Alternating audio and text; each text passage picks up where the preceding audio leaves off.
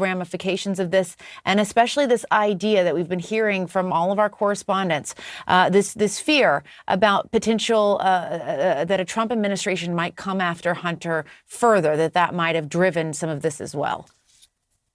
Well, Jess, first of all, a bit of legal history here. This is actually not the first time a president has issued a pardon to a family member. Bill Clinton pardoned his half-brother, Roger Clinton, on his last day in office in 2001. And Donald Trump pardoned Charles Kushner, who is the father of his son-in-law, Jared Kushner. So we have seen presidential uses of the pardon to familial members before. Now, in terms of what this does for Hunter Biden's, both of his cases, is it puts them to an end.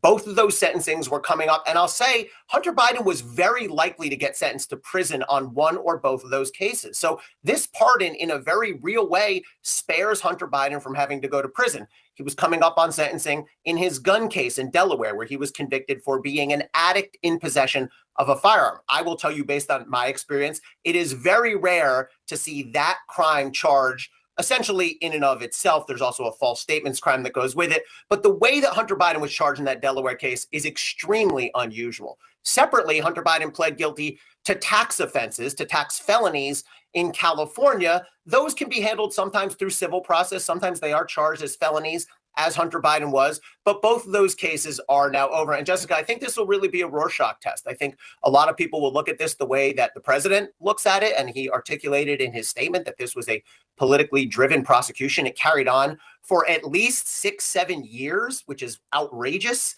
given the nature of these charges. But there will be others who will listen to the IRS whistleblowers who testified last year in Congress that certain avenues were cut off. And in their view, Hunter Biden was given more lenient treatment because of his relationship to